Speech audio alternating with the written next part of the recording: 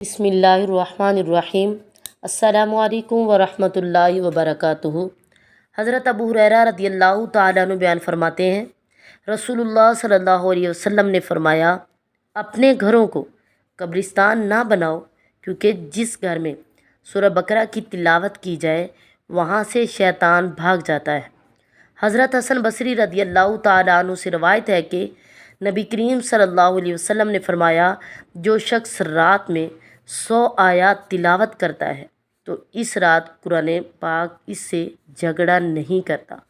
जो शख्स रात में 200 आयात पढ़ता है तो इसके लिए रात भर का क़याम लिख दिया जाता है, और जो शख्स रात में 500 से 1000 आयात तिलावत करता है तो सुबह के वक्त इसके लिए ढेरों अजर होगा।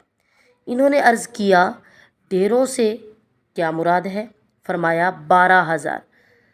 हज़रत अबू हुरैरा रदियल्लाहु ताला अन्हु बयान करते हैं, रसूलुल्लाह सल्लल्लाहु अलैहि वसल्लम ने फरमाया, कुरान सीखो और इसे पढ़ो, क्योंकि कुरान सीखने वाला, इसे पढ़ने और इसका एहतमाम करने वाला कस्तूरी से भरी हुई थैली की मानिंद है, जिसकी खुशबू हर जगह फैल जाती है। और जिसने इसे सीखा लेकिन सोया रहा, हालांकि वो हाफिज़ है, तो वो कस्तूरी की बंद थैली की तरह है। हज़रत सलमान रदियल्लाहु ताला अन्हु बयान करते हैं, मैंने रसूलुल्लाह सल्लल्लाहु अलैहि वसल्लम को फरमाते हुए सुना, जो शख्स नमाज फ़जर के लिए जाता है तो वो ईमान का परचम उठा कर जाता है, और जो शख्स बाज़ार की तरफ जाता है तो वो इब्लीस का परचम उठा कर जाता है।